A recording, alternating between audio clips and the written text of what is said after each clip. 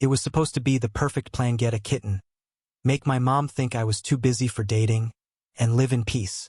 I didn't expect my peace to come in the form of 6 feet of broad-shouldered alpha male who decided my life was his business. It started on a chilly afternoon in Portland, Oregon.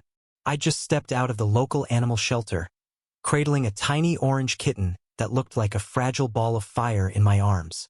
His name, at least the one I gave him, was Pumpkin. He was warm, sleepy, and safe. I thought that would be the end of it. But then, right across the parking lot, leaning against a black pickup truck like a scene straight out of a romance novel, was him.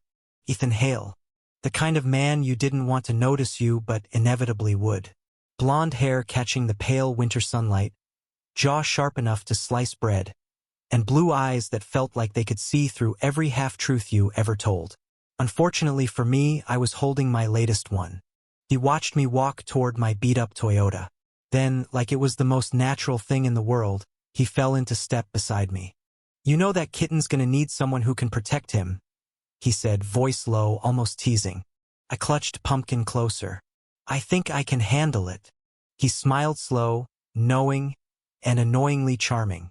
"Yeah, but who's gonna protect you?" Ethan's hand found mine as we stood on my tiny balcony, the winter sky streaked with lavender and gold. Below, the street buzzed faintly with the sound of life cars passing, someone laughing, the clink of bottles at the bar on the corner. But here it was just us.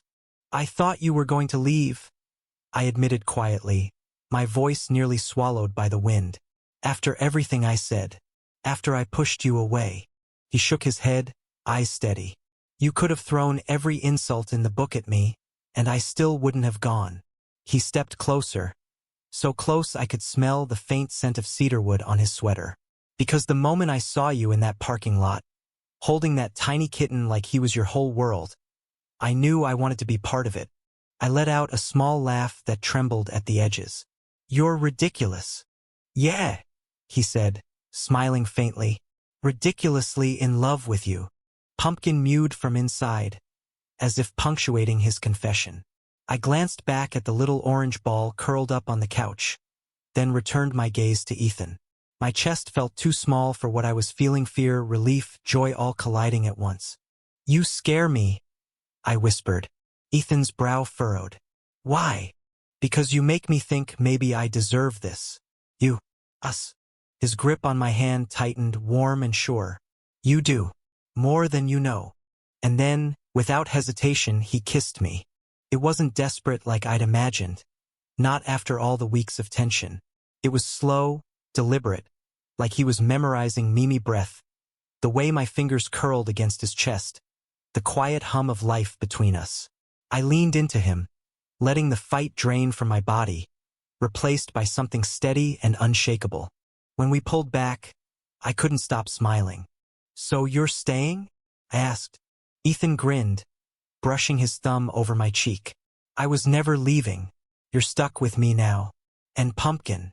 I laughed, feeling lighter than I had in years.